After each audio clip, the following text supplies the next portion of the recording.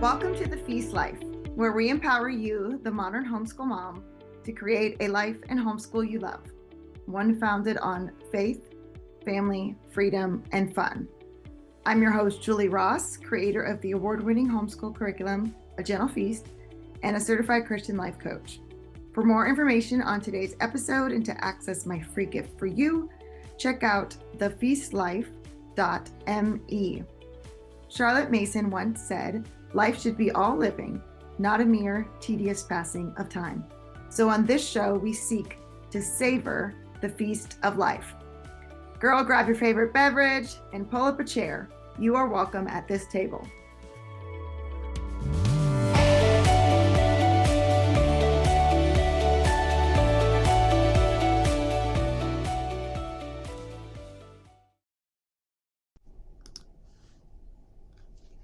Are you feeling isolated as a homeschool mom in the middle years?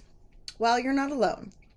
In today's episode, I sit down with Trisha Vuong, better known as Juicebox Homeschool, to discuss the joys, challenges, and unique dynamics of homeschooling middle and high schoolers.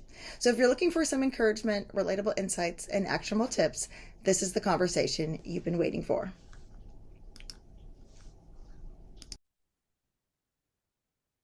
Hey everyone, welcome to the Feast Life podcast. I'm your host, Julie Ross, and I am so excited today to be joined by Trisha Vuong. You may know her more though as Juicebox Homeschool on Instagram. We're going to be talking about homeschooling in the middle years, which I'm so excited to have somebody to talk to about this subject because I feel like when you have little kids, like you can go on play dates or you can go to the park and you have other moms to talk to. But once they get to be like middle school and beyond, and you're running around in your car half the day, you don't really ever get to talk to other moms sometimes. Do you feel like that? Yes, definitely. I feel like like you were saying with the younger years, I've loved so much like doing co-ops and just being with other moms all the time. And we have so many similarities and our kids just play together so easily. I think when you get to the middle school and even now high school, I have a daughter in high Yeah. school too. Yes, I feel like we have had to change a lot of things. I feared I would have to change a lot more, but than I did. But the transition is very real. And not only are the kids changing, but their friends are changing and the families are changing. I think the culture is changing. So there's a lot to wrestle with. Yeah. So it's gonna be a juicy conversation. I love it. Get a juice box. Da-da-da. Mm. But okay, so before we dive in, can you just tell a little bit to everyone just about your homeschool journey and what you do and all that? Sure. I didn't know I was going to homeschool like many of you. I started with a girlfriend who was starting to homeschool her. She had three kids, but starting to homeschool her oldest, and that was new to me. I didn't have any other friends that homeschooled, so I had no familiarity with how it would work. Yeah. I was very interested in what she was doing, and I shadowed her often Oh, before that's my good. daughter even reached kindergarten age. But as we approached preschool, I had her in a preschool twice a week for 3 hours, which was such a waste because by the time I drop her off, I can only Yep. run one errand and then I have to run back to pick her up. But so that was good, though. It was very fun for her. It was good for me to see how a preschool operates. And the more I got to see how my friend homeschooled kindergarten and first grade, I started to realize how just what an opportunity it was. I think I thought kindergarten is not required in our state, and so I Mhm. can do it risk-free, give it a Yeah. try, and no one has to know if I totally fail. So we dove in with kindergarten, and I had a two or 2.5 year old also at the time. So that was a little bit of a jump right in, and it Yeah. felt like a lot in the very beginning. But I did everything by the book. I did the whole box curriculum and followed the instructor manual as closely as possible. And that was probably, I want, part of me thinks I wish I could say I could change how I did it and just go be a lot more Yeah. flexible and take Right. advantage of the perks of homeschooling. But I think that was just the way that God had for me. And it really helped Mhm. me. I'm very structured. I need that structure to feel Yeah. good about it. So I think that was a good intro to me for, Yeah. getting into homeschooling. I think that's great because I think a lot of people start out that way and Yeah. it's just, oh, I wish I could go back and change like whatever, but like realizing that's part of it's a journey. It's not like we're all going to start with whatever day one, like we all have our own unique path. But and as we grow and change and our kids grow and change, like we should be changing what we're doing and changing our approach. And there's so much more out there. I feel like too, like I was in the dark ages, like I didn't know what I was doing because there was nobody to tell me what to do. That's all there Right. was, big box curriculums and Right. a Yahoo group that I found about Charlotte Mason. Like there Yahoo. wasn't anything else. Yeah, so I think the hand holding was just great for what I needed in that season. Following things to a T, checking the boxes. Yes. Yeah. And so how old are your kids now? My kids are now, so my oldest, I have a daughter, 15-year-old daughter, just 13-year-old son, and a 10-year-old daughter. Okay. Okay. So So I yeah, have a so nice let's dive into this, the fun middle years here. Okay. So what do you feel like is the greatest benefit of homeschooling at these ages? currently, there's so many things, like so many things at this age. I've been able to see it through the seasons, but Mhm. as we're getting into these older years, I would call it, I feel like we're able to, they've built up this collection of experiences in their life Yeah. now, and we're involved in different communities. So they have their friend groups and things. And so they're able to pull those examples into our discussions. So when we're around the table, or when we're doing family studies all together, it's so Mhm. nice that it's not just me sharing my examples of life of how I can relate to this verse or whatever. They all have contributions and friends that they can pull Yeah. from, yeah, their life. It's been really Yes. rich. Yeah, the discussions are definitely better because they are more mature, right? And they do have more Mhm. experiences, like you're saying, to draw from. And it's not, I don't know what this is. This doesn't make any sense. But then again, like they're like, oh, I learned about something similar years ago. Now I have more to draw from and to be able to contribute to the conversation. I think a lot of people breathe like a sigh of relief almost of, oh, they can actually do work independently now. Oh, huge. Yeah. So talk a little bit about how that experience has been for you of releasing some of that learning toward to them as they've gotten older. Yeah, I think that I feel like some curriculum does a really great job of like shifting us into that next season. And so that has Mhm. been helpful to find those little like gems. But yeah, I think after they learn to read well and understand what they're reading, that really Yeah. changes things. And it changed a lot in our homeschool, where they were able to do a lot of their work independently. They were able to read and then process it on their own and then discuss it with us or with me afterwards. Yeah, Hmm. I think that really changed a lot. I do start introducing like a few online courses once I get to some levels that I'm not the right person to teach for math, Right. especially. That has been helpful. And then I noticed that there's some like a different level of accountability with online teachers that my kids respect, which is so like hard for me to, I I'm know, like, right? no, like I'm expected to, but they definitely don't want to fail those Mm-hmm. assignments. And I feel like there's a growth. There's a little bit of a negative look on maybe online or classes or shifting too much outsourcing, but I see a lot of benefit in that too of how they're able to meet someone else's expectations Hmm. and almost like a work experience, like a work environment Yeah, of learning how to absolutely. work together. Yeah. Yeah. You said something about people have a negative view of that. What do you think that is? Of online courses. I don't know. I don't, I just get a sense of maybe it's like younger homeschoolers, they don't want to Mm. expose their kids to too Like the much tech? screen. Yeah, Okay. Okay. yeah. So how do you navigate the waters of screen time for school versus other screen time, but also the benefits of not being on it? I feel like once you get to middle school, especially high school, Yeah. like you're Yeah. not going to escape it. It's there, people. Okay, so Right. what do we do about it? Yeah. Right.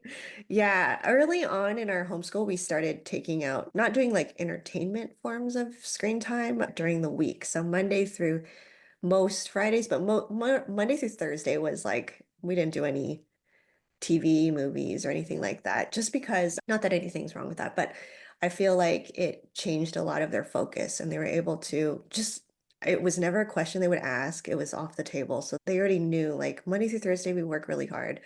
Friday, we do school. It's a little bit more fun. We sometimes have a field trip or a group activity. And then maybe Friday night we'll go to the cousin's house and they'll watch a movie or something.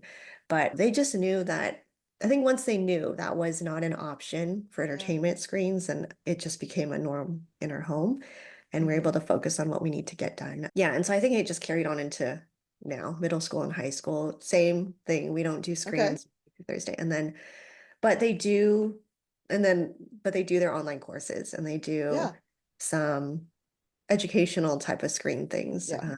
Yeah, but it's Yeah. been Yeah. good. I think that there's a healthy level. And even with the cell phone, I don't know, Yeah. did your kids have cell phones? I feel like that's such a huge, it just as time progresses, it just becomes Hmm. even more normalized at a very young age. Um, so we held Yeah. off I from, waited till mine was are driving oh, okay. like Yeah. that.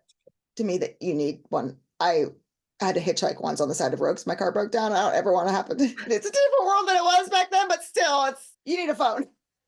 But then also, like at some point, and I've seen this with my college kids, like at some point, I'm not going to be there standing over their shoulder, right? So they need to learn, like, how can I balance this with my life? And I don't let them get on certain apps till they're when they're out of the house. Obviously, they can do whatever they want, but before they're 18, but like just to be able to have the phone, but also teaching them, like, okay, is what are healthy boundaries for this, and how do we navigate the things that are going to bombard you when you are on this? And I want to be there to still teach them that, not when they're out of the house. Exactly. Yeah. I don't know if you felt this way when your kids were younger, but I felt like I could stay ahead of the curve, like of what they're about to learn, what season they're about to walk Mm-hmm. into a lot easier. And now I feel like I can't I can't stay ahead of it. I'm like, I told my daughter can't that I'm like, wait. can we hire like an IT person just for the devices? I feel like this is I figure one thing out and then there's this other thing. And I'm like, Yeah. but that's the world. Everything is happening. AI is all happening so fast now. Is that Right. what you're talking about? Or you're talking about like their developmental seasons? All of it. All of Oh, it. okay. Yeah. It starts to I'm happen very learning. fast. Yeah, I think things just really speed up and there's so many, the world is opened a lot more. And so they're able to, my daughter will bring home topics like, oh, what do you think about this? Can I get this app? And I have to do a lot of research into that. Yep. Or can I go to this place with this friend alone? Hmm. And all these things that I feel like my husband and I are coming together often and, Yeah. okay, what do we do about this? Like we've never encountered this before. So yeah, there's just a lot of that. Yeah, and it's not like I've never encountered this before, potty training. It's I've never encountered this before, but there can be like big life consequences based on whatever I say, like in this Right. situation. So it becomes a lot more like high stakes, I feel like sometimes, Yes, but exactly. also realizing that is the journey. Like that is part of the process is they have to try and fail and grow. And I can't protect them from everything all the time. Yes. Because Yeah. that's a lot of stress and pressure too to put on your plate. But it does get a little easier when they're out of the house. So, okay. I don't know Yeah. what's happening, but I think it's good. Okay. Out of sight. Yeah. Yeah. And then like which is the pressure to monitor everything. And like also Mm. that I didn't realize how much time that was taking until they were gone. And I'm like, oh, I Mm. don't have to think about that anymore. Like, can I go here with this? Like it's a lot of just mental Right. effort on a regular basis.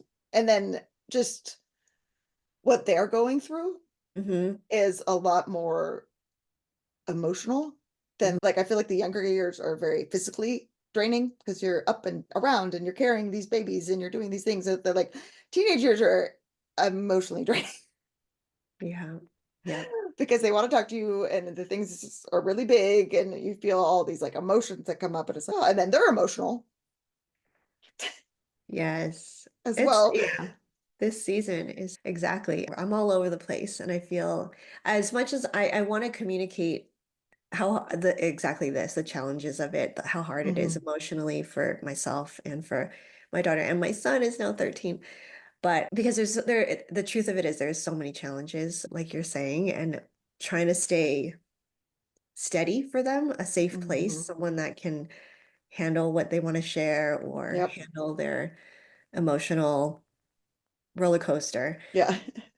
But it's really hard. It's really hard. I feel like It is. I Yeah. have to grow up a lot and Mm. mature and try to stay stable in sometimes an unstable season.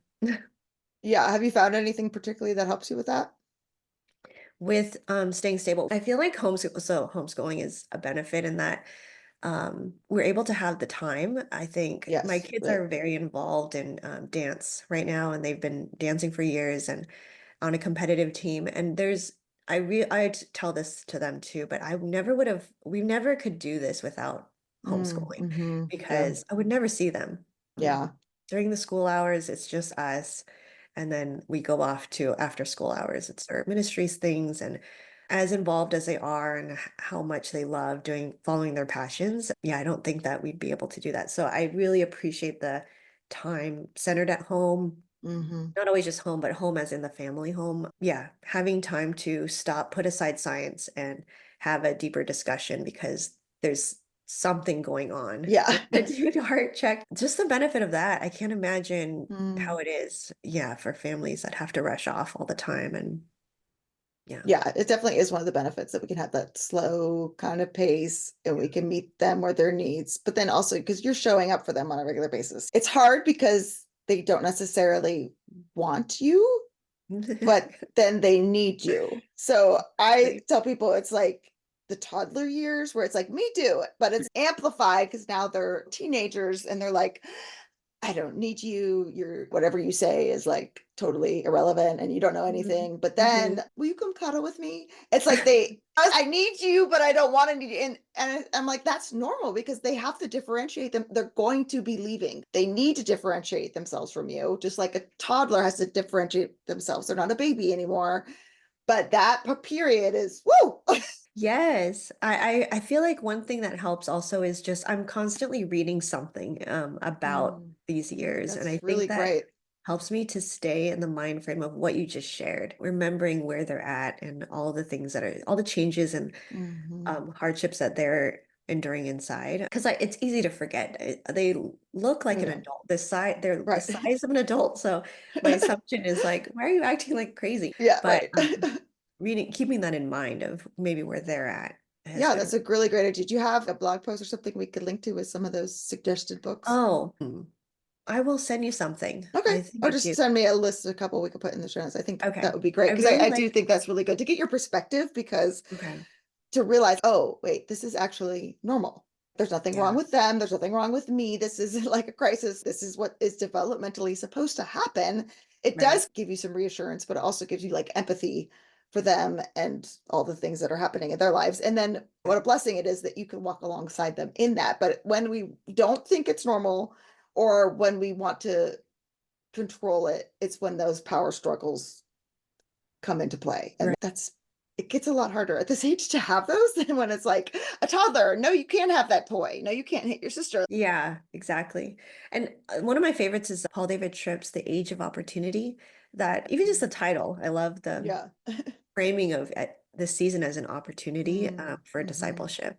And I think, yeah, even reading though, I should say this, it is hard. Even when I read though, I'm arguing with the author in my head, like, how can we?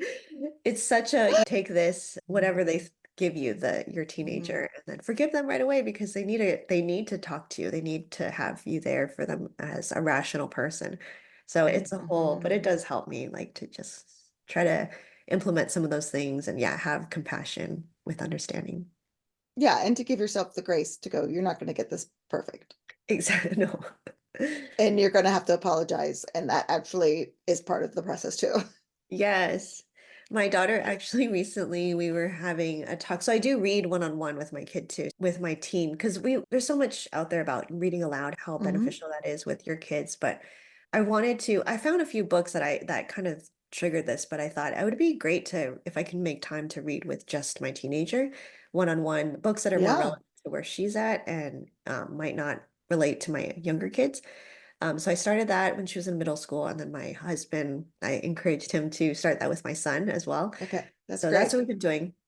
But in one of our discussions, she was very honest with me and gently told me that she would appreciate less lectures from me. And I feel like I just laughed because I didn't expect it at Charlotte all. Mason would say the same thing. No, right? Exactly. Like Oh, that's so less, funny. yeah.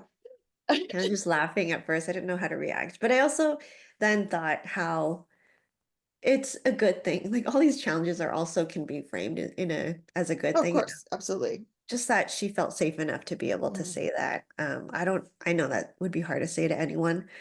Um, but yeah, I think that reading aloud together and reading together like one-on-one has opened the door for that and just of us it gives us Yeah. that dedicated time alone, one-on-one and intimacy. Yeah. I think that's a great idea. So do you still do anything with all of them together at this age? Yeah, we still do family studies. I really worry that wouldn't be possible at this stage, knowing that with high school, her course load is pretty heavy. So my hope was to keep it going. So I scheduled her online classes from 9 a.m. and on, just so that we could have that 8 to 9 to still commune together and study Yeah, together.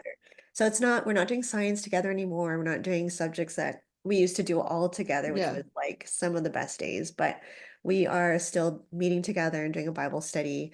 We'll do that's great. subjects that I feel like in the younger years, it's expose them to everything. You have a really Mhm. great morning time guide. It's expose them to things that you maybe normally wouldn't, but all the Charlotte Right. Mason riches. And it's such a wide feast. And I feel as you get to middle and high school, you can tailor that more to it. They start developing and understanding their own passions, and you can Yeah. tailor it to that. So we've picked and selected things that are, yeah, according to Can what you can you give me like an example? of what we're studying. So my Like son, that's tailored to what you're they're talking about like interested in in. morning time. Yeah, so our Okay, family okay. studies are not just, yes, to what it used to be, where we Yeah. would follow curriculum, or so it's more selective. And I feel like I do have to be really selective because our time is limited to that hour. Yeah. Um, so we do a Bible study together.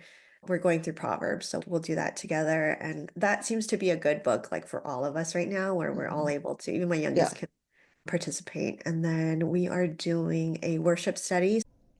Today's episode is brought to you by A Gentle Feast. A Gentle Feast offers a complete living books curriculum, an award winning early reading program, and more tools to equip you to apply Charlotte Mason's timeless philosophy into your modern homeschool. Go to agentlefeast.com to check it out. Smooth and easy days are closer than you think. So my middle school son had this, I don't know, in sixth grade, he just really, his mind opened up to music, and he really is Mm. passionate about that. He had been taking an online piano course, but asked if he can have an in-person teacher. And it's just rare for my kids to ask for something like that to go deeper into a skill. So he's doing that now, and his goal is to be on a worship team in high school That's ministry. awesome. Yeah. Really into that. And so I found a worship study. So we're just Oh, cool. studying Yeah. different That worship makes sense. songs. Yeah. Um, we're doing my oldest daughter is doing ASL, American Sign Language, as Oh, her mine foreign is too. language. Yeah. Oh, good. Actually, So, I had two daughters who did that.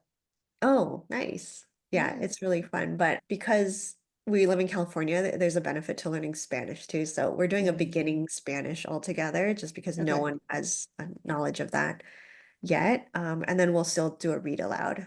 And even that, Okay. I'm having to be selective of what is a book that can grasp all of us. Yeah. Usually Yeah. missionary story, but Yeah, that's a love great those. idea. Yeah. Yeah.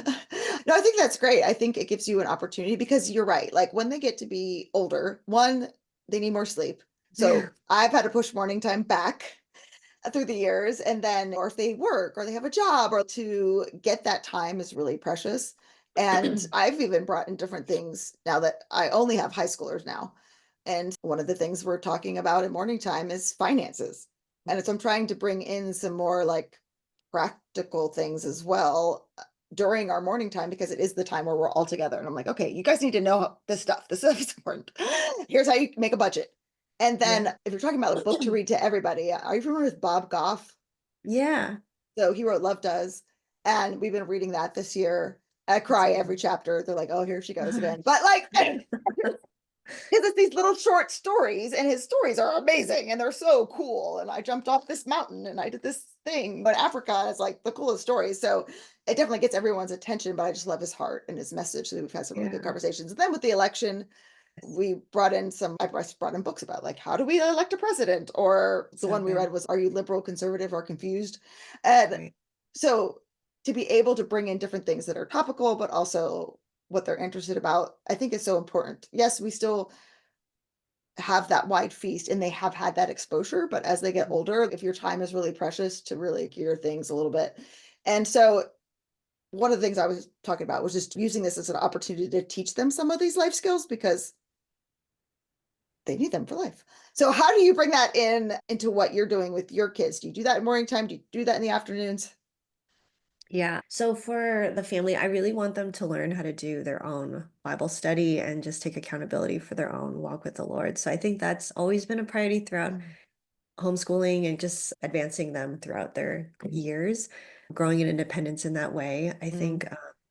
in middle school, I start them on their own individual Bible study so that we do that before our family studies, and then we'll come Okay. together and do Proverbs together.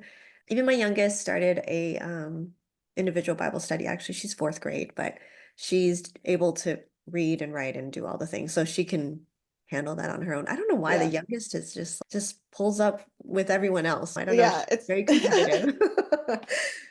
Wants don't to want to keep be left behind. Yes, exactly. And I think for life skills, yeah, it's such a great, that's another thing with homeschooling is, yeah, you're able to focus on the things that you find valuable in your life and find that you want them to have and equip them for their future. Two of the things that I try to prioritize is managing money, like you're saying, and managing your time.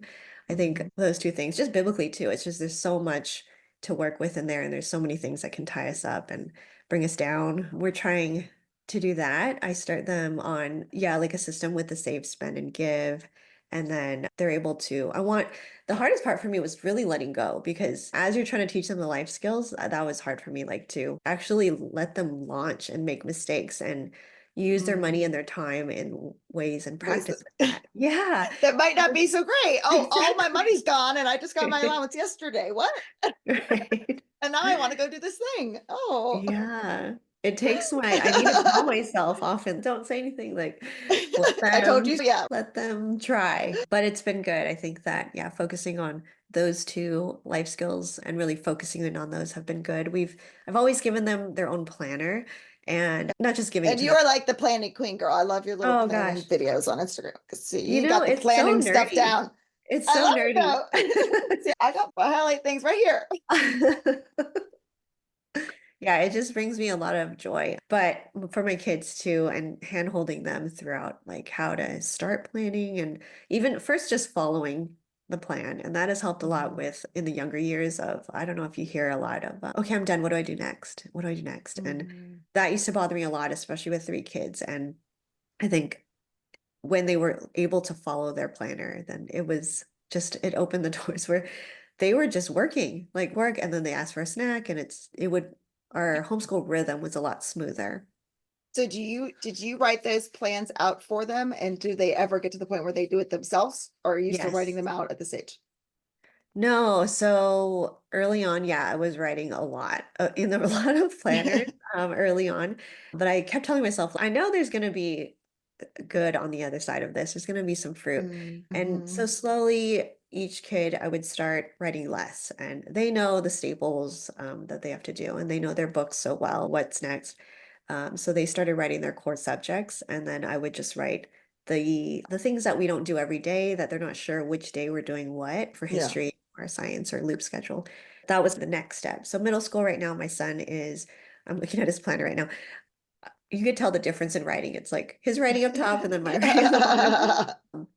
And same with my youngest daughter. She's at the same stage right now. But my high schooler, she fills in her planner completely. I'll just look it over and make sure that she don't forget anything. But it's so great. I think to be able to see her plan and how pretty it is and how like Yeah. she's able to really follow it and write down even her chores and her schedule. It's very encouraging for me to keep going with this. Yeah. Yeah, and I do encourage you in that because my college age kids have told me like how many of their friends they just don't know how to manage their time. They never, but because it's you have to manage work and studying and Um, hanging out with friends and going to class on a whole different schedule. It's not like you're in a building Right. from 9 to 4 every day where everything Right. was already planned out for you. And then most kids they go and they do after school activities. Your whole entire waking hours are all planned for you. They never had to take the initiative to plan that out themselves, which I do feel like is one of the benefits of homeschooling because they don't have the same classes every day. They may take a class online and then they have a class at home and then they have a work thing and then they're volunteering it's a lot to manage. It's a lot for Yeah. us as the homeschool moms to manage. Yeah. But and again, they're like, how do I help them learn how to manage their time when I can't manage my time?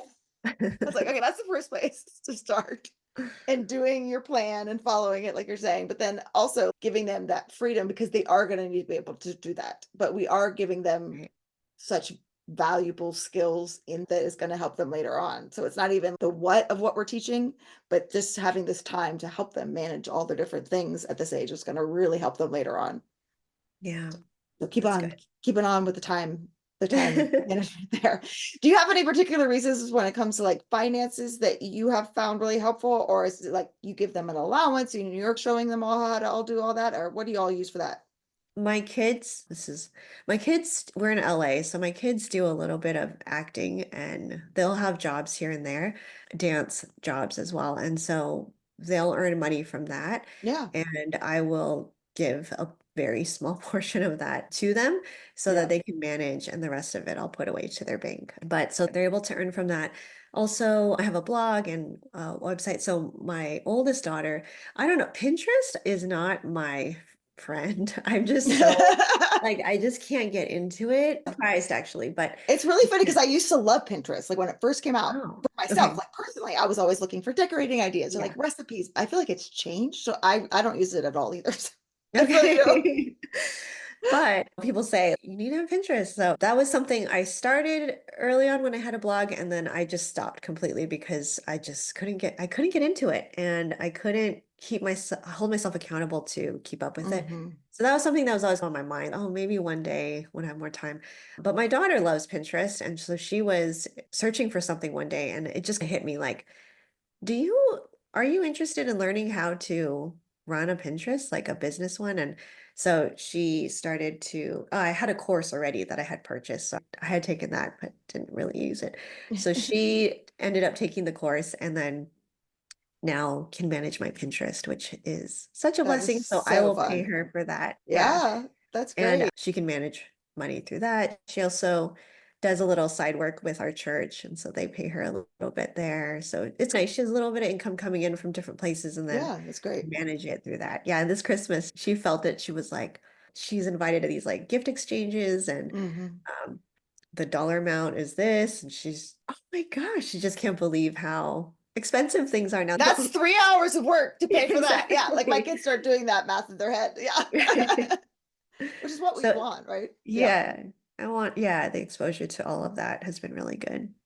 Yeah, that's really cool. Okay, one last question. One of the things I know a lot of people struggle with, or they talk to me about with their middle school age children, is motivation.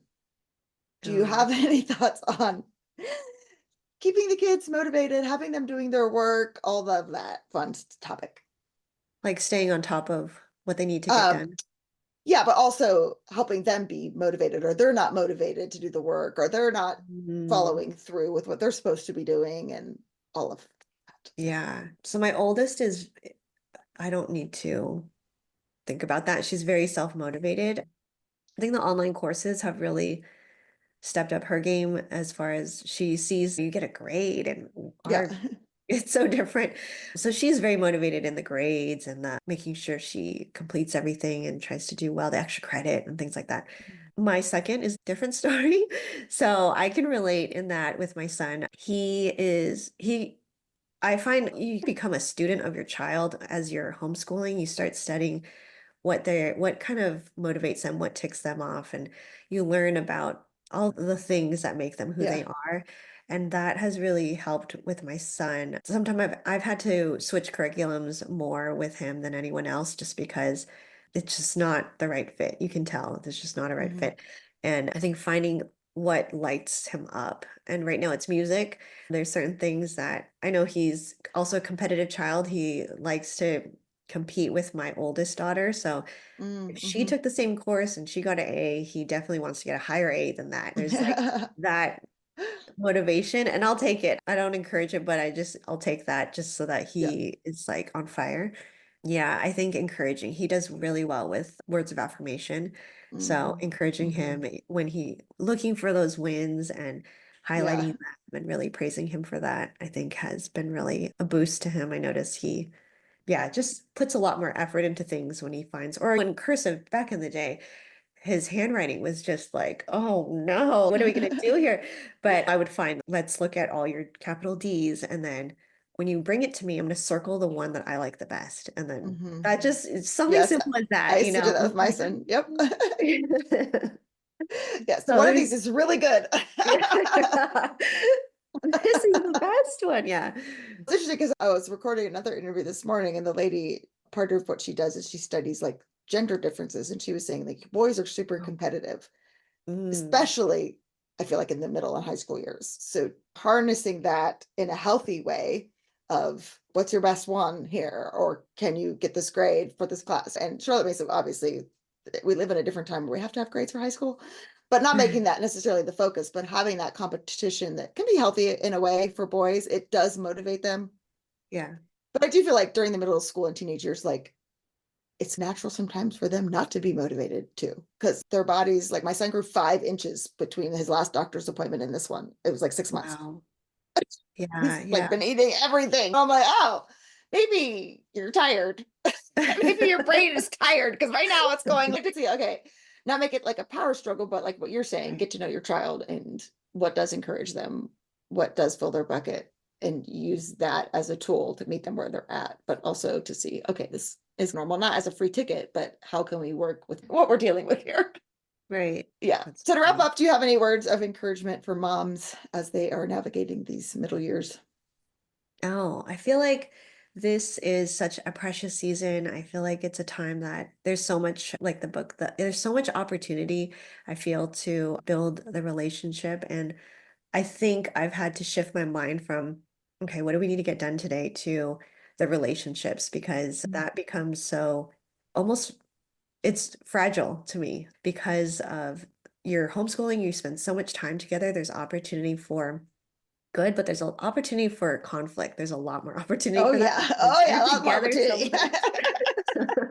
So I think I'm having to pick my battles, Mm, figure out what are the values of our home and our family? What are the things that I want them to leave home with them? What are the most important values that I want them to take away with them? mm, What's really important? Having to filter through a lot of things in this season. And there's so many challenges, but it's all of them are for sanctification and all of them are so yes, 100%. worthy of the time and the struggle.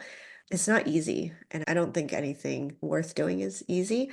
This Right. one is so worth the time and the investment. And I think I'm constantly working on things, but for right now, it's working on the relationships and making sure that those are my priority instead of what I am more wired to think of is the Yeah. to-do list and like productivity and get things done. Yeah, so making sure to love on them. And it's really easy to forget that they need those cuddles too, like you're saying, as they're Hmm. somewhat pushing away and then also bringing you back, that whole tug of war, but Hmm. just always trying to be stable, the one that will always bring them in and forgive them and accept them and be willing, Hmm. open-minded to all their crazy thoughts. Yeah.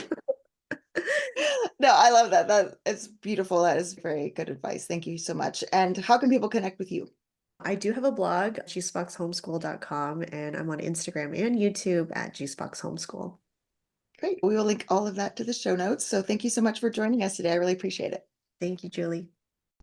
Thanks for listening to today's episode. Let's wrap up with some key takeaways. Number one, prioritize relationships over productivity. Middle and high school years are a critical time to focus on relationships rather than just ticking off tasks. Build trust and create a safe space for open communication. Number two, foster independence gradually. Introduce tools like planners and age appropriate responsibilities to help children grow in their ability to manage time, work, and life skills effectively. Number three, tailor learning to passions. Identify what excites your children, whether it's music, art, or hands on projects, and incorporate those interests into your homeschool curriculum to spark motivation. Number four, set boundaries with technology. Manage screen time wisely by distinguishing between school related and entertainment use. Create rhythms that support focus during the week while allowing for balance and connection. And number five, embrace this season as an opportunity. Middle years do bring challenges, but they also provide a unique opportunity for growth, discipleship, and preparing your children for real life responsibilities. It is such a beautiful time and it goes by so fast. I hope today's episode has encouraged you as you homeschool your middle and high schoolers. Thanks for listening.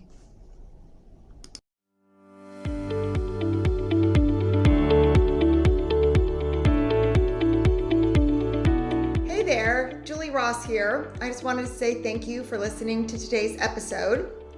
If you like this show, it would mean the world to me if you would leave a positive review in iTunes. This really does help people learn about the podcast. And each month I will pick a winner to receive a free gift. Don't forget to check out all the free resources we created for you at thefeastlife.me. Thank you.